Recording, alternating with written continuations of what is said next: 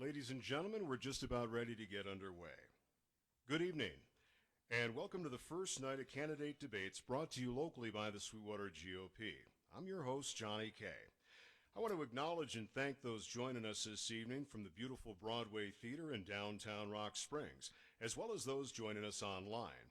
Many have theorized throughout the ages how long a democracy might last. Lord Tytler said the average lifespan was about 200 years. Although ours is not a true democracy, more of a representative republic, your being here tonight, either in this theater or online, is an active step in ensuring Lord Tytler has continued to be proven wrong.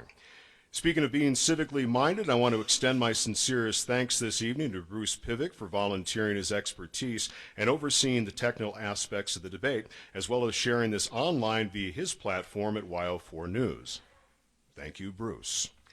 Moving right along, Elizabeth Bingham contacted me in February with regards to hosting this debate. She figured correctly, even back then, that the primary election in Sweetwater County would determine the election. Boy, she was spot on. I want to thank Elizabeth and the other members of the Sweetwater GOP for working tirelessly and putting this function together, as well as crafting questions that are specific not only to the various races, but also the candidates and the GOP. Tonight's questions and answers will not only guide voters in what candidate is best qualified for a particular job, but also may guide us as to which campaigns best align with the party platforms. Now, if you'll allow, I'd like to cover some of the rules for this evening's debate. Each candidate will have up to 2, but not to exceed 2 minutes for opening statements, up to 2, but not to exceed 2 minutes for closing statements. There will be a maximum of 5 questions posed to each candidate. Candidates will have up to, but not to exceed 90 seconds to answer each moderator-presented question. To aid candidates in managing the response times, the committee will be implementing time paddles to show the remaining time increments. Thank you, ladies. Green paddle displayed when 60 seconds remain, yellow paddle displayed when 30 seconds remain, a red paddle when 10 seconds are left. If a candidate is still speaking after their time limit expires, the microphone will be turned off. The microphone rule is also in effect for rebuttals and opening and closing statements, so please plan accordingly. Hold all input for your rebuttal opportunity as well. Now, the rebuttals up to but not to exceed 60 seconds will be allowed for a rebuttal. If the moderator does not ask for a rebuttal, you may ask the moderator for one. Rebuttals will be moderator approved and will be limited to 1 person per question. Something that the candidates and I have discussed prior to this evening's debate, if I don't make visibly an opportunity for rebuttal available, please signal me, and a rebuttal opportunity will be made available. Tonight's debate will cover the race for Sweetwater County Clerk of District Court, the Sweetwater County Treasurer's Office, and the Sweetwater County Sheriff's Office. Our County Attorney, Daniel Aramosby, is running unopposed in the primary and will be addressing us as well. The Republican primary candidate who wins the particular race will have the full support of the Sweetwater GOP in the general election. And with that, let's meet the candidates. First off this evening, Sweetwater County Clerk of District Court. The incumbent is Donnelly Boback, currently the Clerk of District Court seeking re-election, has been a registered Republican in Sweetwater County for 32 years. The challenger, Annette Eichner, candidate for the Clerk of District Court, who ran in 2018 as a Democrat for the same office. She has now been registered as a Republican in Sweetwater County for 3 years. We'll begin with opening remarks, and first, Donnelly Boback.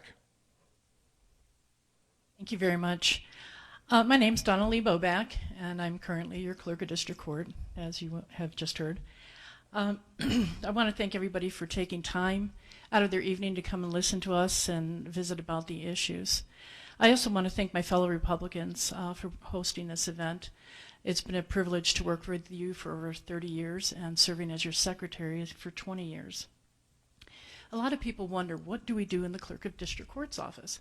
We are the record keepers. We're the record keeper for various files. We do adoptions, civil, criminal, divorces, probate, and we manage a jury panel of over 2,000 people every year. I am fiscally responsible. I am audited every year, and I have never had any discrepancies. In the 12 years that I've worked with the county, I have never increased my budget from what it was when it began. Finally, I'd like to take some clarifications of some of the misrepresentations that my opponent has said. All of the clerks are notaries. They are able to take oaths and notarize legal documents for the court. They do it on a daily basis. They are covered under the umbrella of the Clerk of District Court. In 2019, we opened up our North office to make convenient for people to make payments and pick up pro se packets.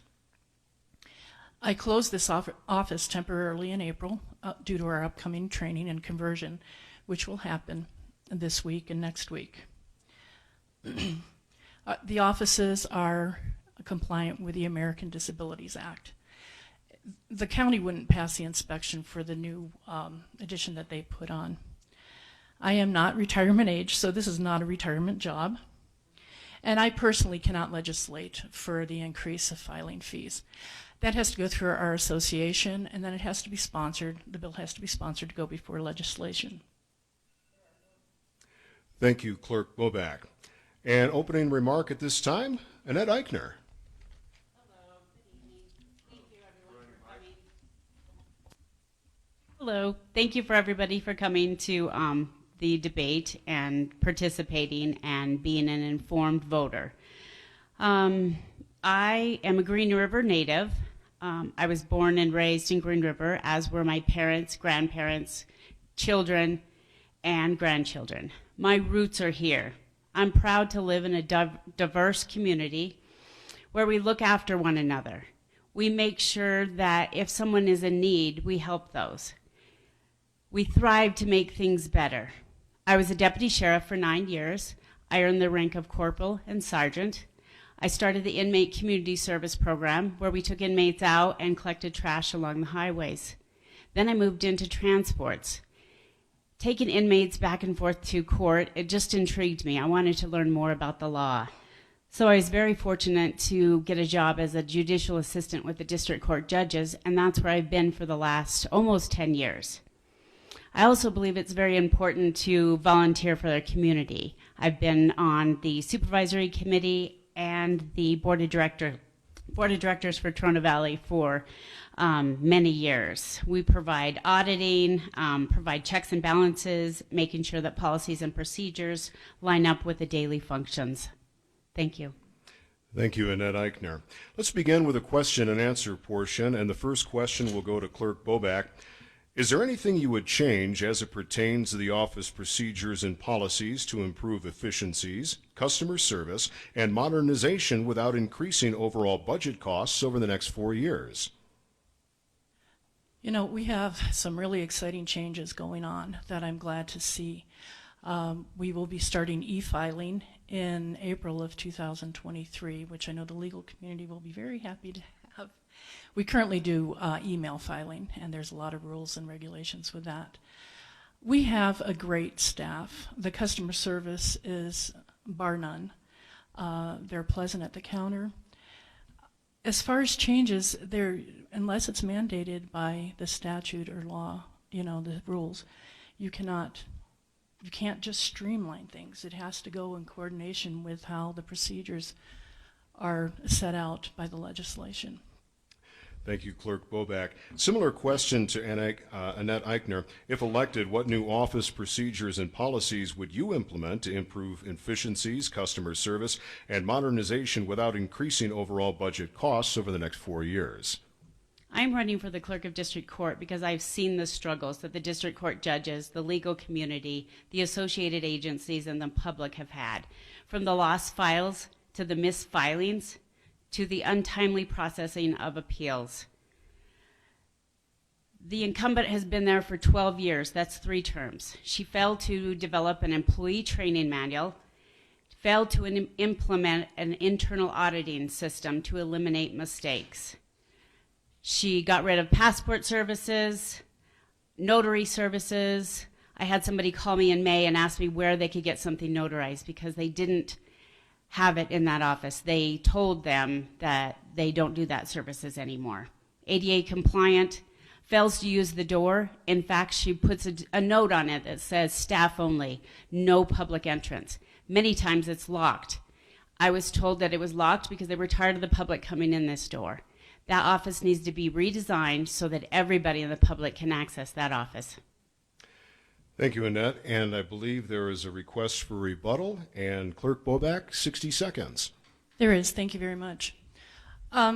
Passports, I had been asked many times by the commissioners if this was an essential duty of the Clerk of District Court's office, and it is not. I have been working tirelessly with other agencies in Green River because I felt like Green River needed a place to go to get passports. We're working with the Senior Citizen Center. I think it'd be a great fundraising tool. And there's a gentleman that has the cameras that would be more than willing to donate it to them. So it'd be a great way for them to generate income as well. The door that my opponent is talking about was closed for about locked for about 15 minutes. There were some individuals coming in, and they were coming in where a clerk sits by herself, right at that door. And it was a security issue. It was closed for 15 minutes. That door has remained unlocked, and it is accessible by people that need it. Thank you, Clerk Bobak. And since we're on the topic of passports, let me direct the next question. Do I get a rebuttal on that one? I'm sorry, ma'am. There's one rebuttal. Oh, I thought each one got a question. rebuttal. Sorry. Okay. All right. But the next question is coming to yourself, ma'am. Since the service of providing passports is not statutorily required by the Clerk of District Court, is it fiscally responsible to provide the service during these tough economic times? The Clerk of District Court, in my opinion, should be providing services that the public needs. It's not about if the county commissioners feel that it's important or not important. This service was provided for many years. The incumbent asked the library to take it over during COVID. The library agreed to take it over. Mr. Grubb did. But then when he moved on, the new director came in and she said that she wouldn't be able to do that. So I just feel like we need to give back to the community. We're from a small community. If the services are needed, we should help provide those. And if the senior citizens are not doing it, then the Clerk of District Court, they've done it before, so they should bring those services back. Very good. Thank you. Similar question to Clerk Bobak. In the past, if you provided passport services, would you reinstate this service in the future? It was very difficult to provide that service during COVID. The judges had the doors literally locked while the remaining county building was open. So people couldn't even come in, even if they wanted to. And I did talk with the library, and they were going to do it. The new director said no. That's why I've been working diligently with the Senior Citizen Center. No, at this point, it would not be fiscally responsible. There's a pittance that the county would get of $35 per passport. We did about $200 a year. And again, I feel I've addressed that accordingly. Thank you. Very good. Thank you. And Clerk Bobak, let me keep it right here with yourself, if I may. Next question. Please list the ways your office could improve the process for people who take legal action on their own behalf. Oh, we have a great process. It's very difficult being a clerk. There is a fine line because we cannot give legal advice. And there's attorneys sitting at that counter, and they're listening to every word coming out of your mouth. Let me know it. I'll tell you, because they'll tell me. There are so many great resources out there that the staff uses to help people. We have Equal Justice Wyoming that has all the forms, how to do a pro se, and all they have to do is follow the step-by-step directions. It's very user-friendly. So we have that. Every month, the first Thursday of every month, there is the Volunteer Reference Attorney Program from 2 to 4 the first Thursday of every month, and we tell people about that. We have that posted, and we encourage them to use that because they can get some guidance from an attorney. I think we have very good policies in place, and we have the tools we need. And there's also an online where you can ask a question. It's legalquestions.com. But I think there's great tools. We have good policies in effect for people that are representing themselves pro se. Very good. Thank you. Next question to Annette Eichner. Ma'am, please list the ways the Clerk of District Court can improve the process for people who take legal action on their own behalf. Yes, I think the Clerk of District Court and staff should just be very friendly, very welcoming. Let them know that there's different websites they could go to, www.courts.state.wy.us, and there's lots of legal forms. So they don't need to come in and actually pay for a packet that may be not very cost effective for them when they can be at home and they have their own printer. So I think we just need to redirect them and give them the means so that they can be successful. Very good. And Clerk Bobak, did you have a rebuttal to that? I did, thank you. They are very well aware that they can download the packet for themselves at home, and a lot of them don't have computers. We tell them you can go to the library. However, a lot of them will just ask for the packet and pay the $10. But they are told you can save some money by downloading it, so that's not an issue. Very good. Final series of questions. Let me begin with Annette Eichner. How does your campaign platform align with the Sweetwater County Republican values? I have been a Republican for years. I affirm, as did the Declaration of Independence, that all are created equal, that we all have the right to life, liberty, and the pursuit of happiness. We, the people, have the right of freedom of speech and expression under the First Amendment of our Constitution. My beliefs align with the Republican Party, where the membership is for all registered Republicans in Sweetwater County, and the role is to recruit citizens to join the Republican Party to establish the platform of Sweetwater County. Very good, thank you. Similar question to Clerk Bobak. Have you fulfilled your elected duties by using the principles of the Sweetwater County Republican Party platform? Definitely. I believe I have.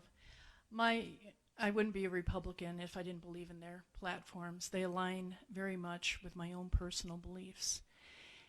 Everyone that comes into that office, regardless of what they're there for, will be treated with respect by myself and by my staff, our staff at your office.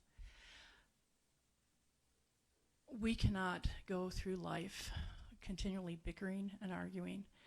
We need to just address the issues, work together, everybody together. Let's come to some good conclusion to remedy the problems that we're facing. But my personal beliefs are very conservative. I'm not going to go into individual ones, but that's how I feel. I will always treat you the way I want you to treat me. So with that, Sweetwater County, thank you. Very good, thank you. We began opening statements with Clerk Bobak.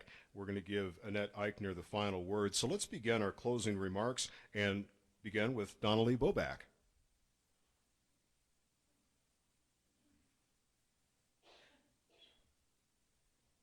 Why should you vote for Donnelly Bobak, Clerk of District Court? I started working in the court system in 1987 at the Circuit Court. I have over 30 years, 35 to be exact, in the court system. In those years, I have made some very great relationships with all the agencies I work with the Supreme Court, and also with the public of Sweetwater County. There is a huge difference between a clerk and a judicial assistant. You can't simply come into the office and streamline it, as I said before. It has to go in with the statutes and the rules. It's easy to be an armchair quarterback when you have no experience as a clerk and you don't have the knowledge of the statutes and the rules that you have to abide by. I have ran a positive campaign, and at times it's been difficult. I have a positive office. We have exciting changes. I talked about our new case management system coming in this week and next week, and we'll have the e-filing again, as I had mentioned, in April of 2023. Sweetwater County elected me in 2010 to serve as their clerk of district court. Excuse me. And I have fulfilled those duties, and I love what I do, and I wish that you would let me continue doing it. Please vote for experience, commitment, and leadership, but more importantly for integrity. August 16th will determine our race, and I ask that you vote for me, Donnelly Bobak, clerk of district court. Thank you. Thank you, Clerk Bobak. And closing remarks, let's finish with Annette Eichner. The demands of this office require an energetic, knowledgeable, and competent leader who can work cooperatively with the public, the judicial offices, and all agencies. This is currently not being done. A leader that strives to build a team, a leader that will inspire staff development, a leader that will cultivate transparency by sharing the knowledge and experiences. I am confident that I can find ways to eliminate improperly filed documents, the untimely processing of appeals and lost files. I believe wholeheartedly the county officials should be held at a higher standard while constantly making improvements, being fiscally responsible, being a working clerk, not sitting in an office collecting a paycheck, but being part of that office and not expecting this to be a retirement position. We, the people of Sweetwater County, deserve better. I have been out walking the streets talking to so many people. I have heard very sad stories of how they came into this office and they have received negative service. They have been treated very poorly. They are ready for a change. I have talked with past employees. Past employees have stated that they cannot believe that an employee can treat somebody this badly. It's time for change. A vote for Annette is a vote for positive change. Thank you.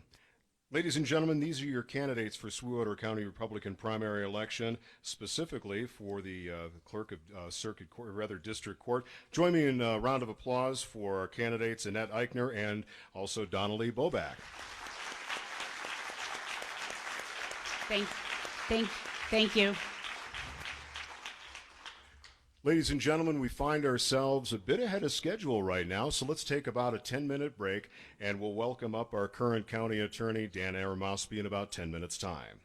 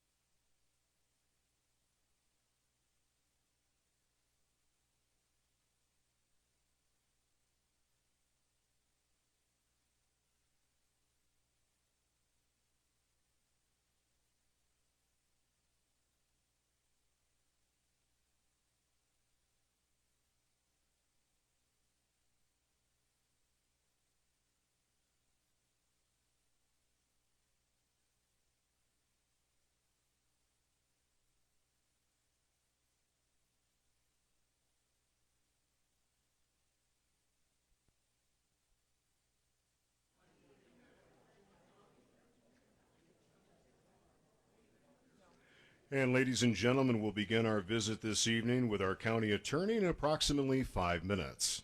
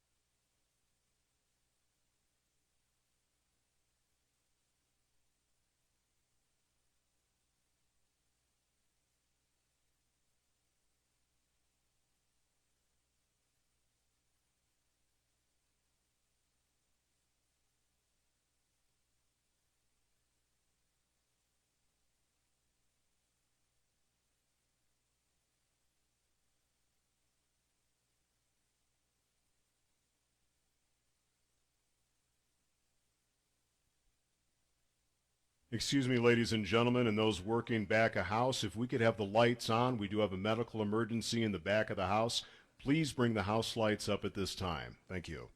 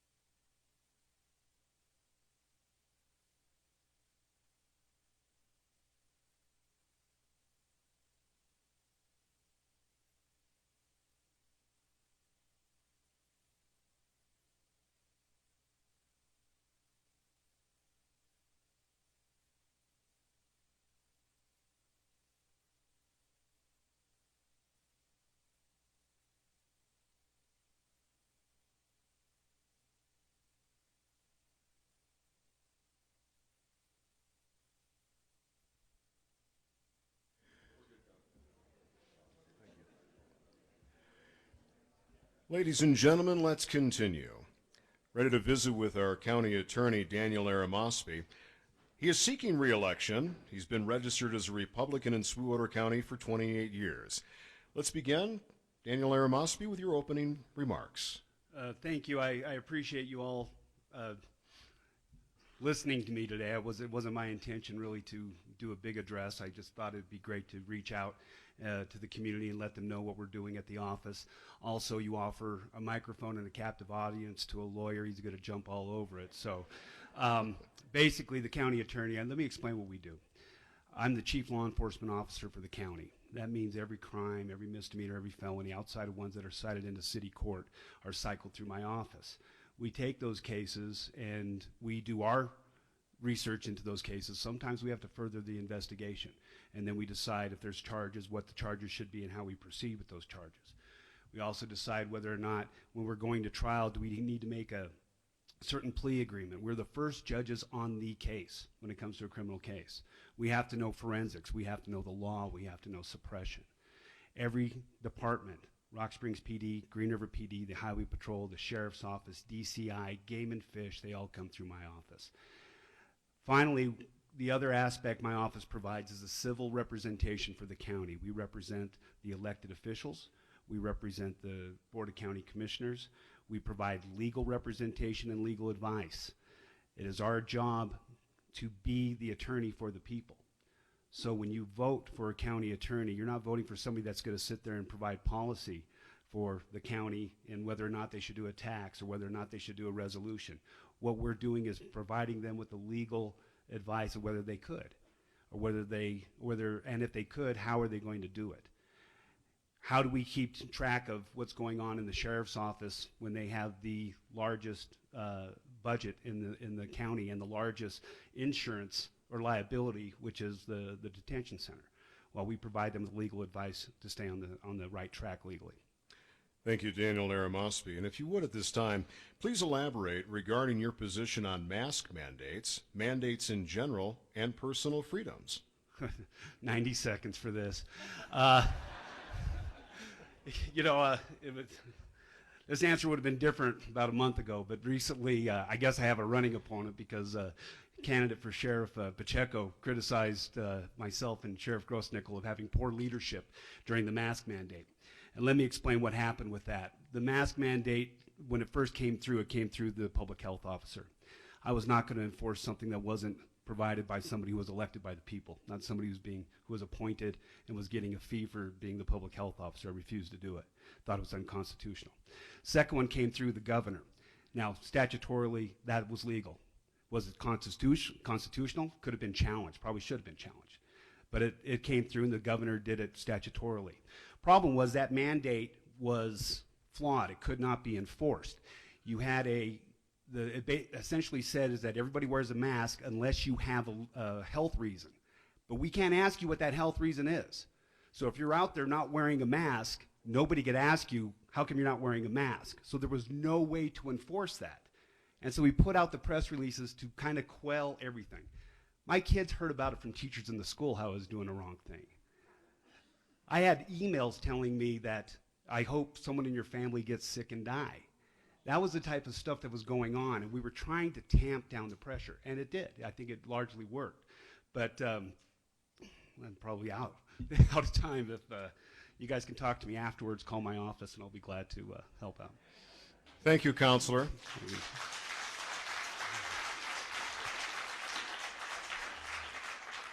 Well, let's continue down that rabbit hole. What did I sign up for? Please feel free to rebut yourself. But first, my wife's here. She could do that. Please describe your ideal working relationship between the county attorney's office and the county sheriff's office. I have a great working relationship with Sheriff Grossnickel. It's imperative that we have a good relationship. We provide the legal advice. If he doesn't want to listen to or take that legal advice, that's going to be ramifications for him. It may be wrong legal advice, and if it turns out to be wrong legal advice, I take the heat.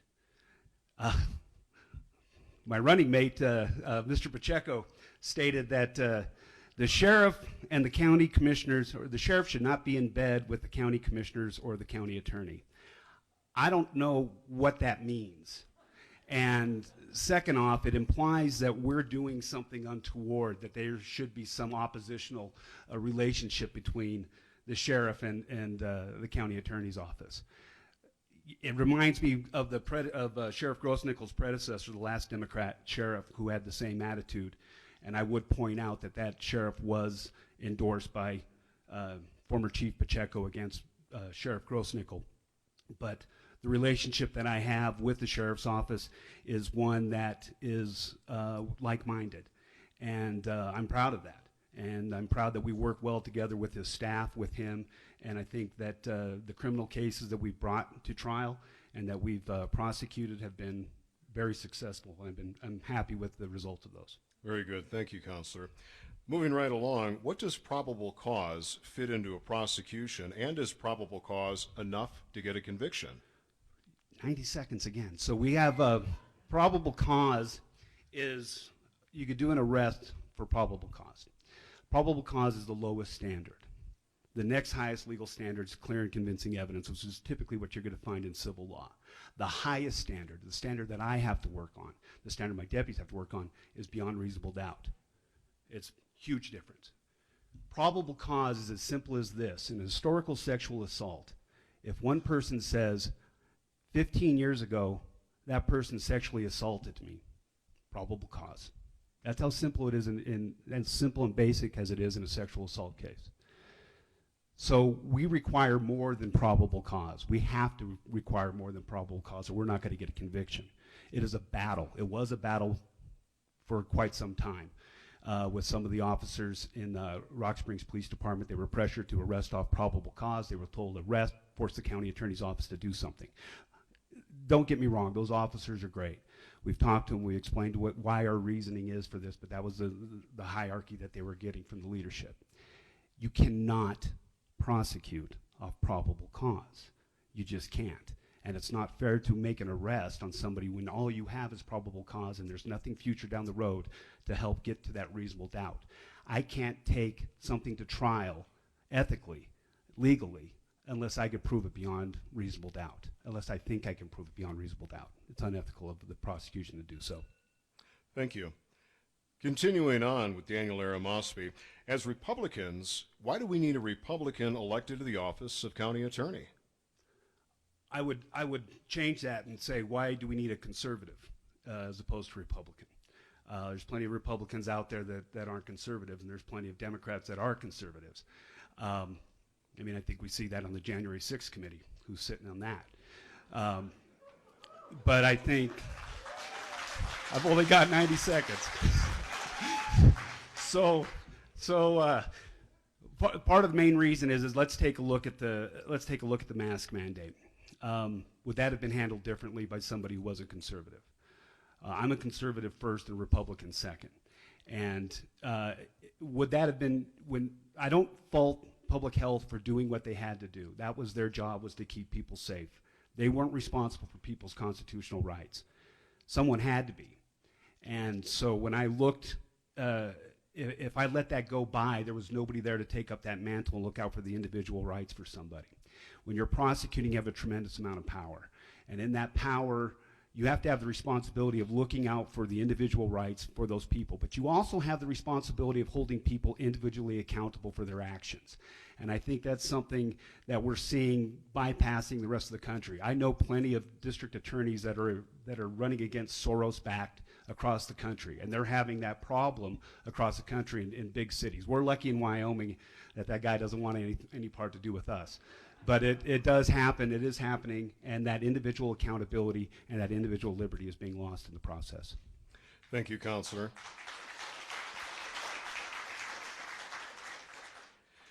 Final question for the Sweetwater County County Attorney. What are your future plans for the County Attorney's Office? Good. Okay, so my future plan, my initial future plan is that I'm trying to build career prosecutors. I have a young staff, great staff, And I'm trying to get them to understand the importance of keeping their experience and their education that they're receiving right now at taxpayer-funded education and experience in the office. It benefits the community if we have experienced prosecutors. It is very common for prosecutors to come in, stay a couple of years, get their experience, and go in the private sector and make a whole heck of a lot more money. This is not a problem with just Rock Springs or Sweetwater County. It's a problem across the country. It's very common. So that's my main goal, is to make sure that I could build an office of professional career prosecutors. I'm also trying to work with law enforcement. I would like to see the development of a local CSI team. That's a law enforcement deal, but it's something that I want to work with.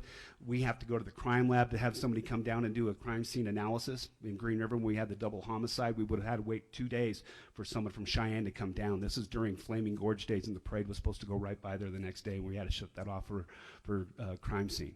If we had somebody local, they can come in. We have some brilliant law enforcement officers with a lot of good experience, and they have the ability to do some of these things as experts that we find in Cheyenne. Thank you, Counselor. And 2 minutes on the clock, if we could have the closing statements from our County Attorney, Dan Aramospi. Thank you for listening. I think I'm going ahead. I think I'm going to win this one, but provided my family doesn't write in Mickey Mouse again, that's always a killer. But let me talk a little bit about people changing parties, and it's something that really doesn't have to do with my race, but it's the talk. I'm all for it. I'm all for it. The more people in this party, the better, as long as we're doing it for the right reasons. If you're coming over because you believe in individual liberty and you believe in the Constitution and you believe in individual accountability, then you could be a Republican. I think most people in this county are like that. The Democrats, back when they ran the show, were like that. I think that national party is kind of leaving everybody behind on that. But I will tell you this, I do respect Joe Barbuto. Joe Barbuto is running as a Democrat, and I respect that. He's not going to win, but I do respect that. I do respect Joe for doing that. Now, got 60 seconds. To basically sum it up, if you are here for the right reasons, good for you, welcome aboard. But if you're switching parties to vote for Liz Cheney, if you're switching parties to be the Republican nominee and you don't ascribe to that, then that's akin to somebody dressing up like a woman to get off the Titanic. It's not right, and shame on you if that's the case. But if not, 30 seconds. But if not, anytime the party can grow with diversity, I think that's a good thing. And I think anytime we have people that decide that maybe now's the time to do the right thing and be involved in the right party, I think that's the time. So, thank you very much. Ladies and gentlemen, please join me at this time thanking our current county attorney, Dan Aramospi.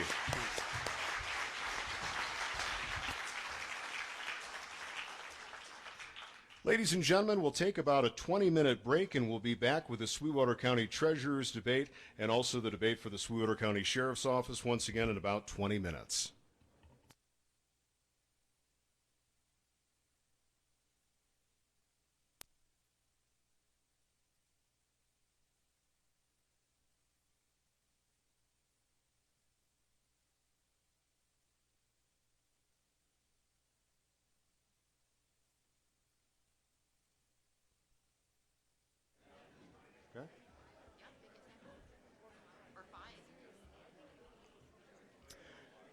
Tell you what, ladies and gentlemen, let's make it 10, okay? Because it seems like everyone wants to move right along, especially these rowdies down here. Okay, 10 minutes.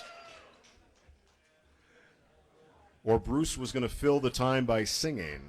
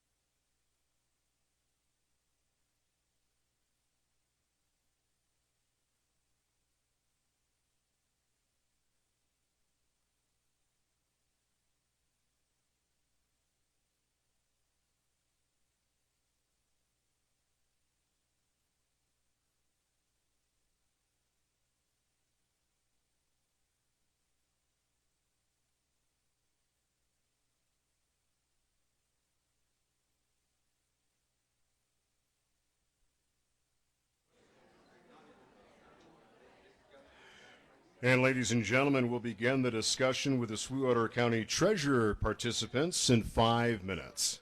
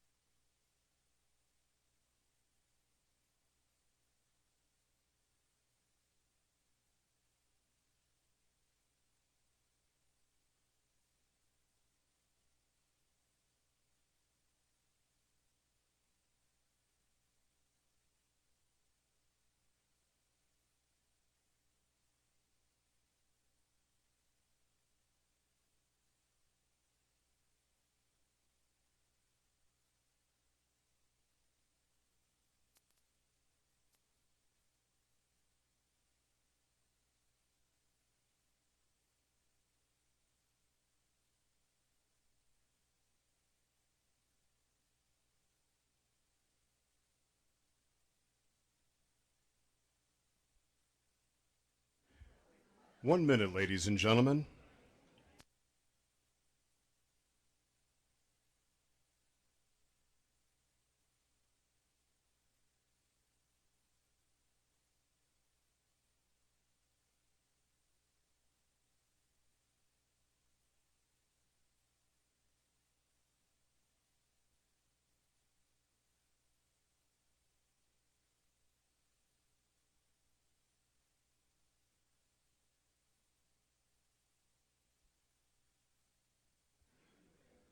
Ladies and gentlemen, let's continue on vying for your vote in the Sweetwater County Republican primary for our county treasurer's office.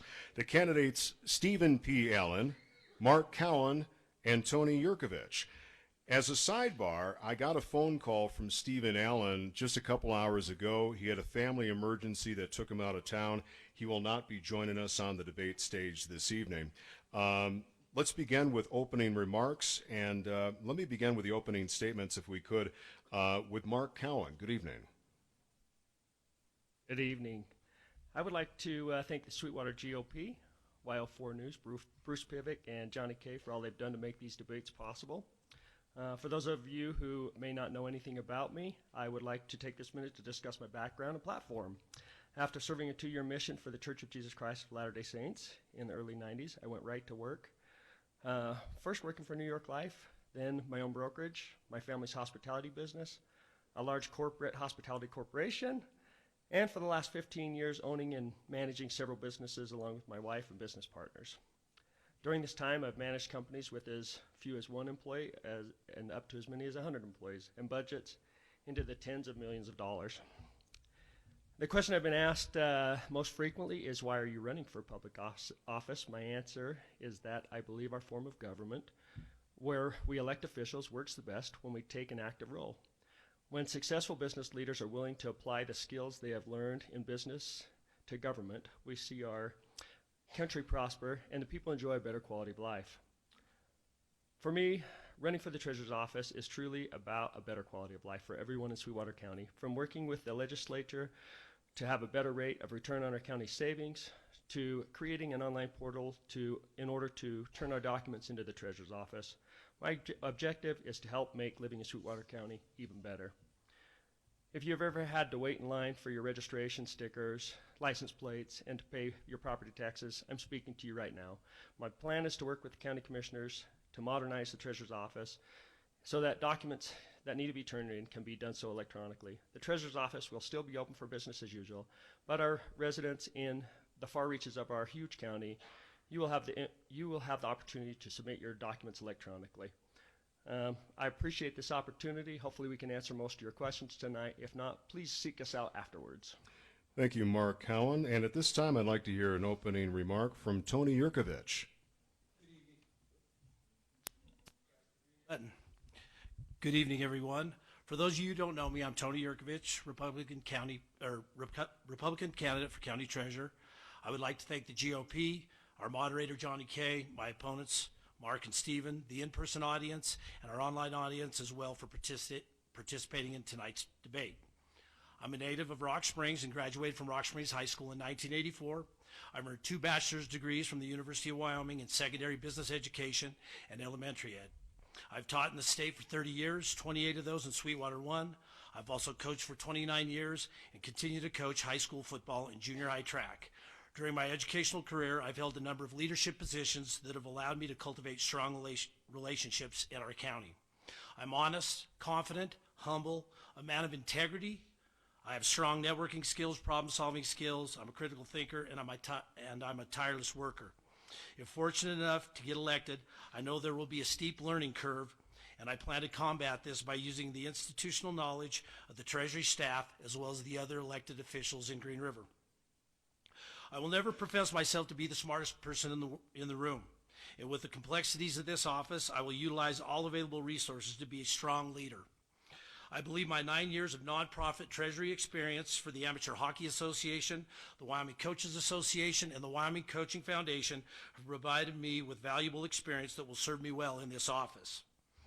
Whether preparing and managing budgets or organizing financial statements, being an elected official comes down to building relationships and possessing effective interpersonal skills, and I believe I possess those. Since I'm retired, I know this position will require my full-time attention, and I'm willing and able to go above and beyond to meet the demands and expectations. In my humble opinion, I believe I'm the best candidate to be the next treasurer of Sweetwater County. Thank you. Thank you, Tony Yurkovich. And if you'll allow me, as I mentioned earlier, Stephen Allen was called out of town unexpectedly, and he had asked me to read his opening statement, which goes as follows. Republican candidate Stephen P. Allen wants voters to consider his qualifications, experience, and service as important contributions to the Sweetwater County Treasurer's Office. Allen graduated from the University of Wyoming with a bachelor's in international studies and economics and a master's in business from the American Military University with honors. He also spent 4 years as an adjunct professor at the Western Wyoming Community College teaching economics, international business, marketing, and management courses. As a 20-year veteran of the U.S. Army Reserve, he served in military intelligence, combat arms, training, and administration. He managed and directed over 1,050 soldiers and received the U.S. Army Commendation Medal for his service. Allen has spent the past 30 years as a business professional in finance, banking, investments, and managing multiple corporate clients, as well as contracting employee and consultants in 5 western states. He has successfully turned around 5 businesses that were not meeting revenue and financial goals while managing companies employing from 5 to 280 staff members. Allen expressed the importance of boy, I know my wife would love to take that home. He says the treasurer's job is to receive, distribute, and invest funds. Having a banking, finance, and investment background is critical in the treasurer's position. And that is the opening statement, or at least a Cliff Notes version from Steve Allen. And I apologize, ladies and gentlemen, I failed to mention as we began this portion of the debate tonight, upon introducing our candidates, Mark Cowan has been a registered Republican in Sweetwater County for 18 years. Stephen Allen, a registered Republican in Sweetwater County for 8 years, and Tony Yurkovich, a registered Republican in Sweetwater County for 8 years. So let's begin the Q&A, shall we? And let me direct the first question to Mark Cowan. If elected, what would you do to modernize the Treasurer's office for better customer service? Well, I think I alluded to that in my opening statement. I've already started communicating with some of the potential county commissioners and the county commissioners that are in there now about making this office more accessible to everyone in the county. We live in a huge county. I've talked to a lot of people in this county that have had to travel great distances to just turn in documents in order to get their registration and their stickers done, and I think it's time that we bring this office into the 21st century. Let us be able to take pictures of the documents that the Treasurer's Office needs, submit those, and let us mail that license plate and sticker out to you. It's just time to bring this office forward. That's all I'm trying to do. Thank you, Mark. And the same question to Tony Yurkovich. If elected, what would you do to modernize the Treasurer's office for better customer service? Well, you know, to build off of what Mark said, I think it's imperative that we move forward in the 21st century to provide opportunities for our voters, our constituents, and the people in the county to be able to use modern technology to get access to these documents and get them sent to us in an efficient manner. And it's going to simplify their lives. On the flip side, I also know that there are a lot of people that aren't tech savvy, so it might be a little more challenging for them. And a lot of some people prefer to come and see face to face and come into those offices and see the people who work in those offices and see what's going on to help them out. Thank you, Tony. Let me come back to Mark Cowan. What unique expertise do you bring to the office regarding investments?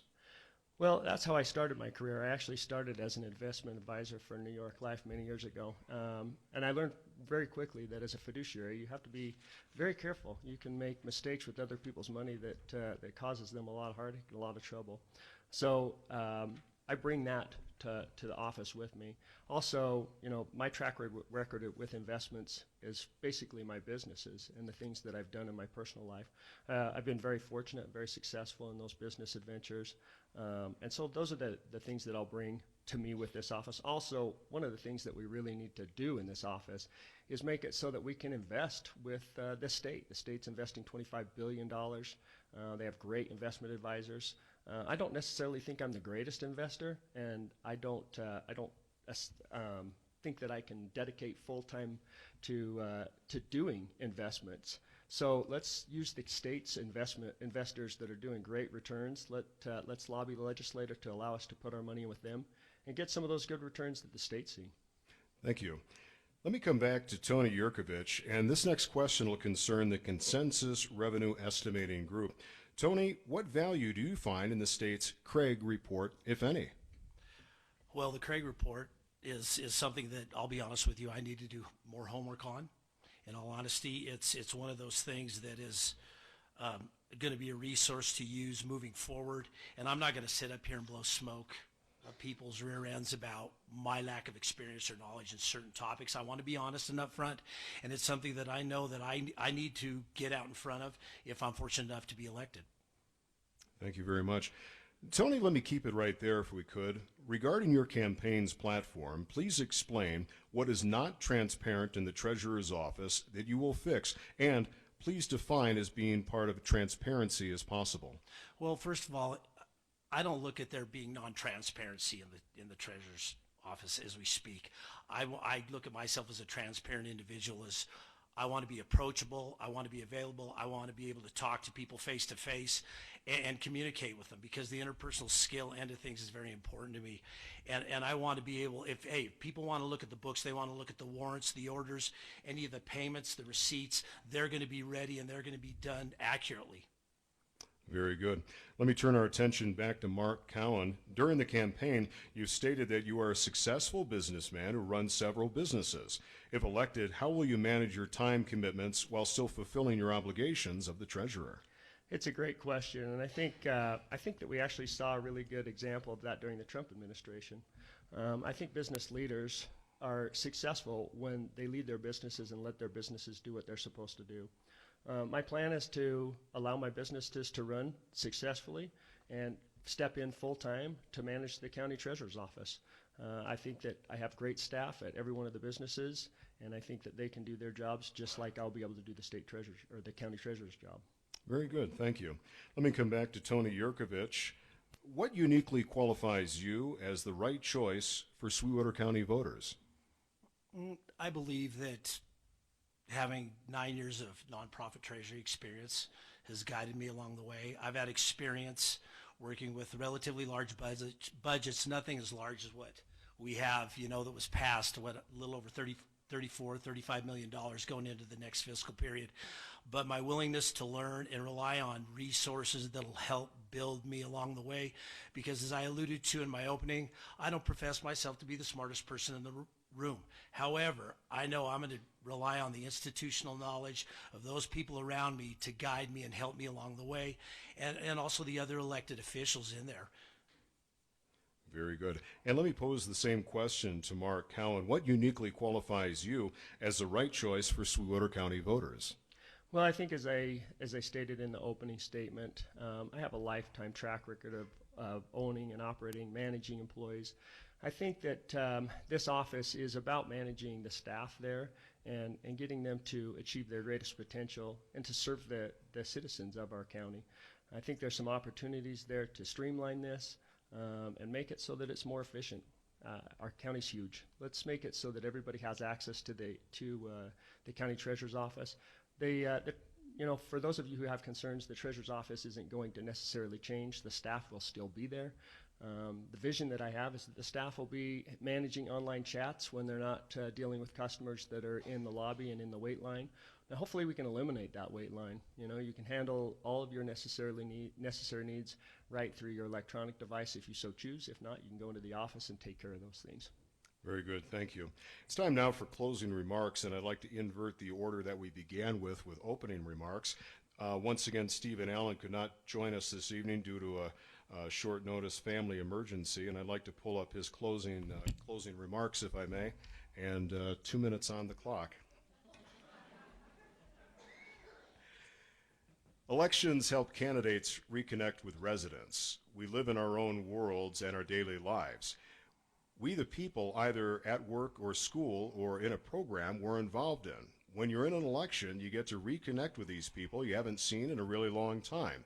The richness of remembering what a beautiful community we have, because everybody is doing so many different things, gives me a wonderful feeling.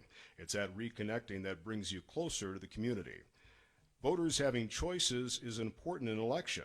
I don't look at this as a competition. I look at this as an opportunity for the voters to really dive in and look at the candidates and pick the one you feel that is most qualified.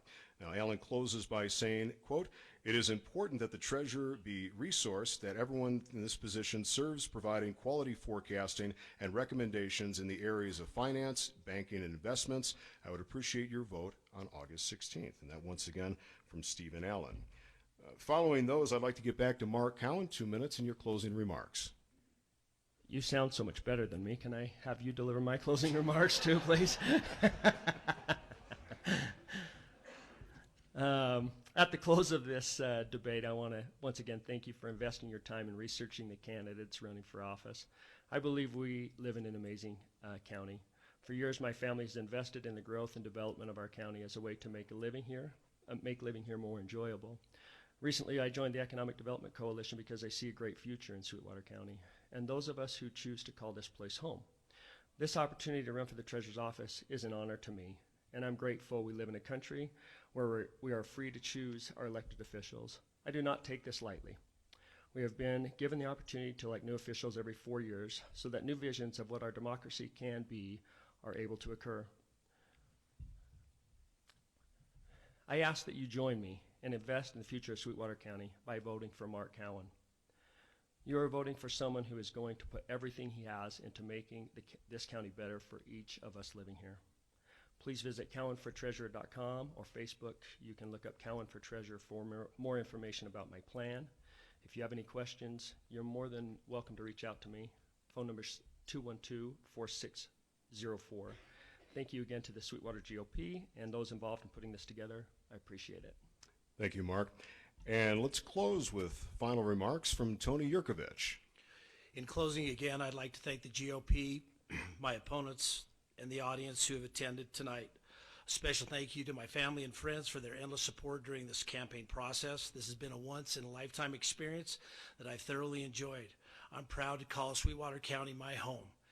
As the Chief Tax Collector, Head of Treasury, and Investment Officer for the county, my leadership skills, people skills, 9 years of Treasury experience, and my commitment to this office as a full-time vocation make me an excellent fit for the office. If I'm elected, and with the blessing of the outgoing treasurer, I will make it a point of emphasis to use the months of November and December to shadow the staff and outgoing treasurer to build the knowledge base prior to taking office in January. I would appreciate earning your vote, so whether you're voting absentee or going to the polls on Tuesday, August 16th, please vote Tony Yurkovich, Sweetwater County Treasurer. Thank you. Thank you, Tony. And ladies and gentlemen, two of our candidates for the Sweetwater County Treasurer, Tony Yurkovich and Mark Cowan.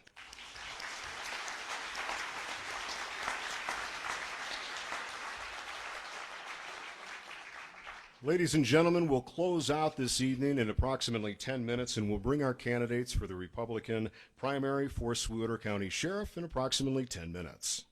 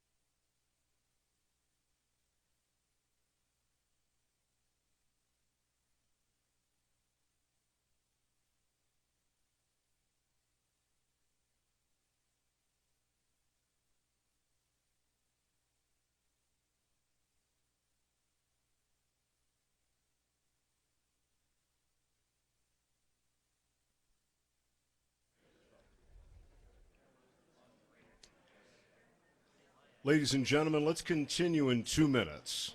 2 minutes? With my feet by the edge and Bruce Pivick behind me reminding me of that famous movie scene from It's a Wonderful Life, I guarantee you I'm the most nervous person on the stage tonight. You got me, right? Okay.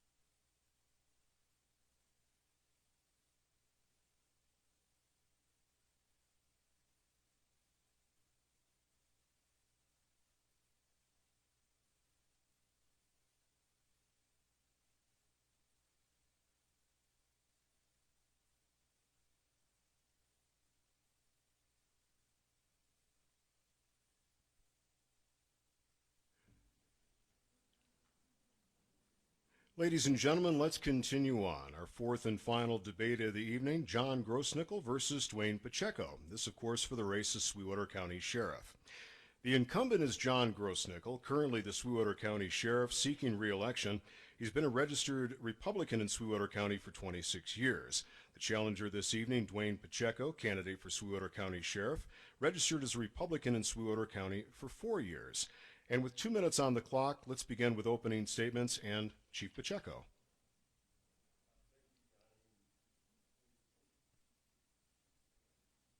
Okay. Thank you, Johnny, and thank you, YO4 News, for hosting this, as well as the Sweetwater County GOP and the Executive Board for this event. I'm going to go a little off script for my opening statement since our county attorney decided to go after me. I'm going to go ahead and let you know my side of that story because I didn't get to rebut. So let's talk about the mask. There were no arrests made on that mask. My contention originally and throughout was working together. And I called our elected official, I called my opponent to give me some guidance. And I was told, I wonder what Danny thinks. Well, I can tell you what in bed together means. Just that. I do not answer to the county attorney. It is a separate operating agency. I answer to the voters of Sweetwater County. That is my responsibility as your elected sheriff, the most important position in this county. Let's talk about prosecution and probable cause. We're in a $2 million embezzlement, and that person has not been arrested. Why not? Because, well, we didn't make a probable cause arrest. Assets are being liquidated as we speak. Out of state, it's going to cost our taxpayers money. I'll make a probable cause arrest. My trained deputies will know when to make a probable cause arrest, and I will not take that from their toolbox. It is absolutely their responsibility. They went through the same academy that we all did. We understand what our rules of engagement are, what our jobs are, and I will support them 110%. Thank you. Thank you, Chief. And opening statements, Sheriff John Grossnickel. Thank you. I'd like to thank the Sweetwater County GOP for hosting the Candidates Forum and thank each of you for taking your time tonight and making this a priority. I'm Sheriff John Grossnickel, and I'm honored again to be a Republican candidate for your Sweetwater County Sheriff. Rather than read my resume, here's what's important and what you need to know about my candidacy for Sheriff. I'm a lifelong registered Republican and constitutional conservative. I didn't switch parties just to win an election. I've dedicated 25 years of my life to your Sweetwater County Sheriff's Office. It isn't just about winning an election, it's about finishing what we've started. Leadership requires the courage of conviction. As your sheriff, I can promise you that you will always know where I stand. Today, we stand together unwavering and united in our resilience to remain steadfast in our commitment to protect the values we all hold dear as friends and neighbors. I have always and will always fight for your rights and liberties while holding accountable those who would wish to threaten our livelihoods and do us and our families harm. I will continue to responsibly lead the finances of your sheriff's office, just like all the very successful small business owners accountable for every penny of your hard-earned tax dollars. We've already seen this and these efforts in just 3 short years. I will continue to fight for the transparency when it comes to the interaction of our deputies with those we serve every day. We will continue to strengthen and encourage positive relationships between our local law enforcement and this community. Together, we will continue to ensure that your sheriff's office remains a place where we are merely an extension of those we serve. We are people first, cops second. With your support, together, in my second term, we will solidify and cement all these positive changes into a culture and a legacy of your sheriff's office as one of the leading and forward-thinking law enforcement agencies in the state of Wyoming. I'm Sheriff John Grosnickel, and with your vote, I have the education, experience, and proven leadership to take a stand and continue to get the job done right. Thank you. Thank you. Let me come back to Chief Pacheco, if I may. Chief, as Rock Springs Chief of Police, you previously demanded local compliance with mask mandates. If elected sheriff, will you utilize your powers as a sheriff's office to force compliance with future mask mandates that restrict personal freedoms? I would correct you, John, on that. There was no enforcement of mask mandates. We simply provided the change order to the businesses because the health department didn't have the resources to get those change orders out. You would think after 10 change orders, they would have had a system to get that information out. It was very difficult and concerning to the city of Rock Springs when we have 24,000 people and they're up in arms as to what they're supposed to do. We utilize the resources available, our parking nuisance people, to get those change orders out to those businesses. That's exactly what we did, and that's, I believe, working together in concert with the health department, and that's the responsibility of collaboration and being a good partner in this pandemic. If I may follow on, Chief, the verbiage so we're clear, you previously demanded local compliance. Is that not accurate? No, we didn't demand local compliance. We simply provided the change orders to our local businesses, which was actually the health department's job. It was not our responsibility. We volunteered to help them out. Thank you, Chief. Let me get back to Sheriff Grosnickel. In the past, you were against mask mandates. Has your position changed? I need to clarify that. It wasn't that I was against mask mandates. I was against the unconstitutional mandates themselves.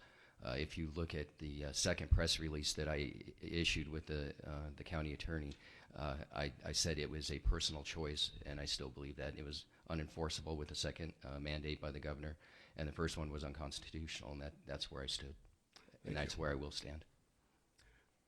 And if I may, let me direct that back for a rebuttal to Chief Pacheco. Chief? Yes, I would just want to point out that our responsibility as law enforcement officers is to enforce the law. It is not our responsibility to interpret. Just as the mandate from the president came down and it was shot down by the Supreme Court.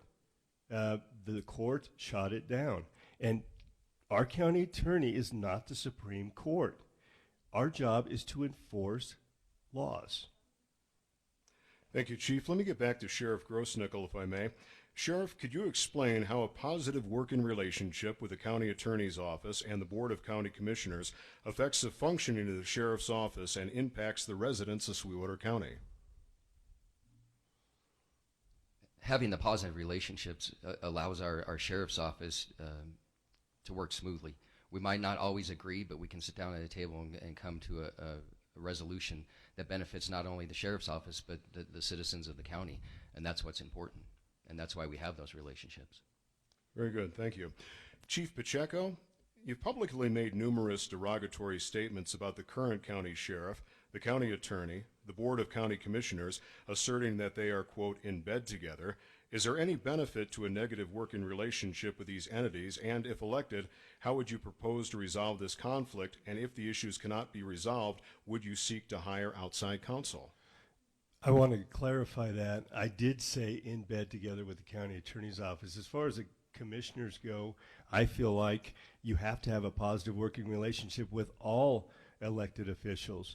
My biggest concern is the abrasiveness of our county attorney towards my personnel. I had the only certified evidence room in the region, and he had her in tears and then gave her flowers the next day. That's not appropriate. I run a professional agency, and if you want to speak to us as professionals, we'll continue to work as a professional relationship. Very good. Chief, let's keep it right there. Following question, under what circumstances would you enforce a red flag law? No enforcement of red flag laws. I was the front man and spokesperson for Senate File 102 for the Wyoming Association of Sheriffs and Chiefs of Police. I was the president of that association. Senate File 102, sponsored by Senator Hicks, co-sponsored by Representative Jennings, said any infringement on the Second Amendment by law enforcement is a high misdemeanor, punishable by jail and fine, or fine. We believed in that so much as Wyoming chiefs and sheriffs that we lobbied heavily for it. That bill was passed. It also kept our qualified immunity for law enforcement, and what that did for taxpayers, it ensured that the deep pockets are our taxpayers, that they did not, we didn't get frivolous lawsuits. It's on the books right now. I spoke when the governor signed that bill. I spoke at the signing ceremony, and we will not enforce any red flag laws on the local level, on the county level. It's statutorily illegal. Thank you, Chief. Same question to Sheriff Grossnickel. Under what circumstances would you enforce red flag laws? Red flag laws would not be enforced. It takes away due process of our citizens. And again, as a constitutional conservative, I hold that dear to my heart. Speaking on the Second Amendment Protection Act that the former chief spoke about, I in fact was at the legislature the year before that even passed, lobbying for the citizens of this county and our law enforcement employees, because it did take away our qualified immunity.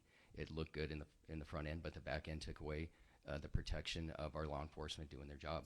So as far as the red flag laws, if I'm elected sheriff, you know, just much like I was with the mask mandate and the unconstitutional aspect of that, I will stand in the front and lead by example, and your gun rights will be protected. Thank you, Sheriff. Let me keep it right there if I could. Sheriff, what is your position on the issuance of concealed carry permits? Have you ever denied a permit? And under what circumstances would you deny a permit? Hope I remember all three of those, John. Position on concealed carry permits. I believe that anybody that is not an automatic disqualifier under the law should be able to carry a concealed weapon permit, or a concealed weapon. In the state of Wyoming, you don't need a permit, but in my while I've been the sheriff, I've issued over 1,600 concealed weapon permits, and there's been one that was disqualified, and there was one that we postponed because they were under investigation criminally, and once those charges were dismissed, we let them know. They filed, and I signed off on that concealed weapons permit. Very good. Chief Pacheco, what is your position on the issuance of concealed carry permits? Have you ever denied a permit, and under what circumstances would you deny a permit? Yes, the statute is very clear. The sheriff has to sign off, as do I. Statute is very clear. It says that if you have any pattern of violence, alcohol abuse, or controlled dangerous substance pattern of behavior or abuse, that we are to not sign that form. And I have probably less than 5 over my 8 years as police chief. Every one of those individuals that I denied, or I shouldn't say denied, did not sign, because there is an appeal process, and it goes to DCI, and they can decide if they want to still give that concealed carry, and then it can also go to the district court if it's appealed that far. So none have ever been appealed to that level. However, I feel it's my responsibility as signing my name on that document I read the statute. I did go to school in School District 1. I know how to read, and so I absolutely will let the individual know, and I did let them know if I did not sign it, so they were not surprised. Thanks, Chief. And Chief Pacheco, if we could keep it right there, you stated the Fraternal Order of Police debate that your new undersheriff is a vital key staff component. As a candidate, what qualifications do you feel are lacking to be elected and hold the position on your own merits? I'll repeat that question. Absolutely. You stated the Fraternal Order of Police debate that your new undersheriff is a vital key staff component.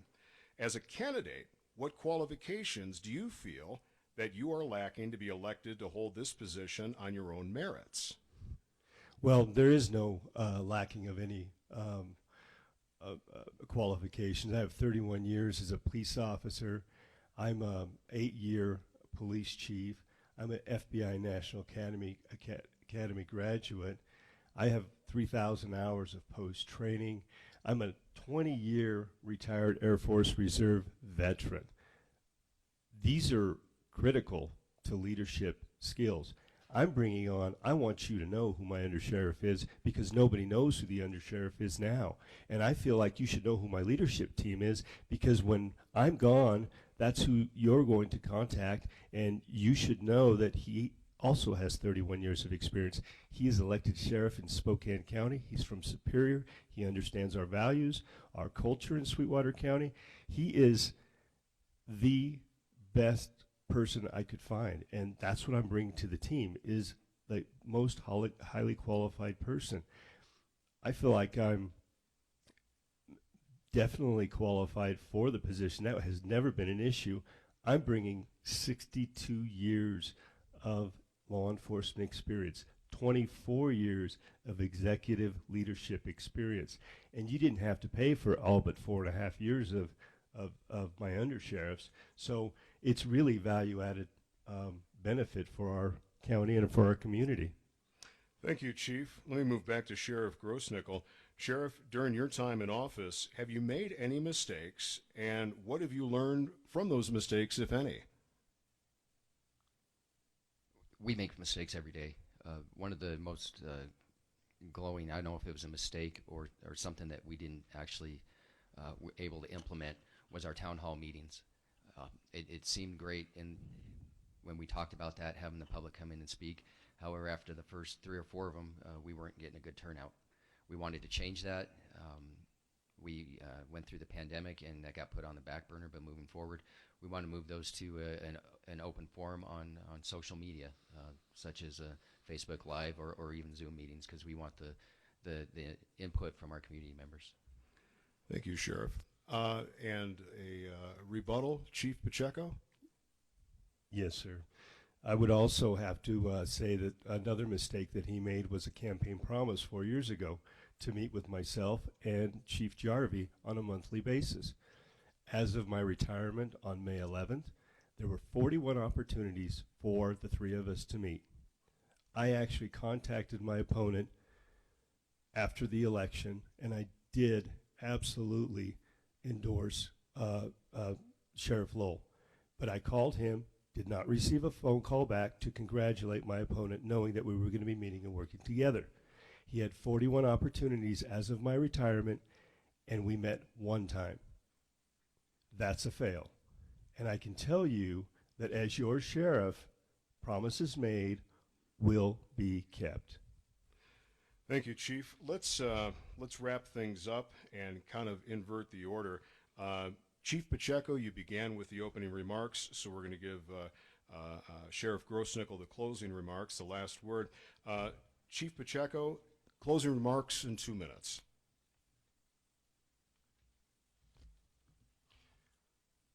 On May 12th, I applied to the office of the Sweetwater County Sheriffs. I grew up in Sweetwater County, and I have 31 years of law enforcement experience, 8 years as police chief. I'm a FBI National Academy graduate and a retired Air Force Reserve veteran. I announced my undersheriff, Ozzie Knezevich, who grew up in Superior and Rock Springs, a U.S. Army veteran, 31 years experience, 4.5 years at the Rock Springs Police Department, and is a 4-time elected sheriff of Spokane County, Washington. Together we bring 62 years of law enforcement experience, 32 years of executive leadership experience to work for Sweetwater County. For the past 10 years, law enforcement has been under attack nationwide, and I'm sad to say the sentiment has crept into Sweetwater County. A strong leadership team with the citizens, with conservative values, who are members of the community, and citizens have trust in this solution to the problem. With the fine members of the Sweetwater County Sheriff's Office, we will work together to take the Sheriff's Office to the next level and make our county safer. On August 16th, you will have an opportunity to vote for a qualified hometown team that will work for you.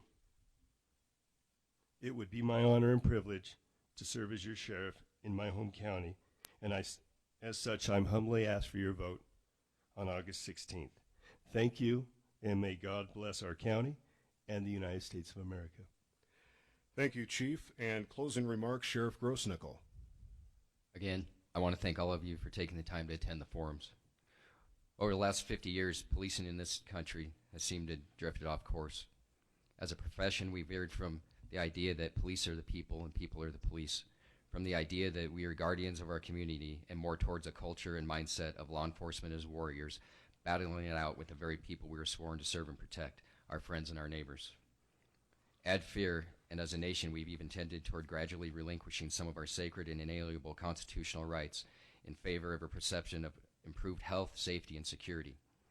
Talk is cheap, and actions always speak louder than words. I believe my record as sheriff speaks for itself. Above all else, I credit the dedicated men and women of our sheriff's office in working tirelessly to help make this vision a reality. Together, we will continue to serve as the first and last line of defense of our family and hometown values and the rights we all hold dear as Wyomingites and Americans. I refuse to continue to shove the same old policies down the community's throat, be bullied by those unaccountable to all of you, and use our sheriff's office as just another line on my personal resume. Once again, I have not heard a single idea expressed during this campaign that isn't already something we've addressed, something on our radar, or something that we've already accomplished. We already have a talented team of dedicated men and women, ready and willing. They risk their lives every day, and they are the true heroes.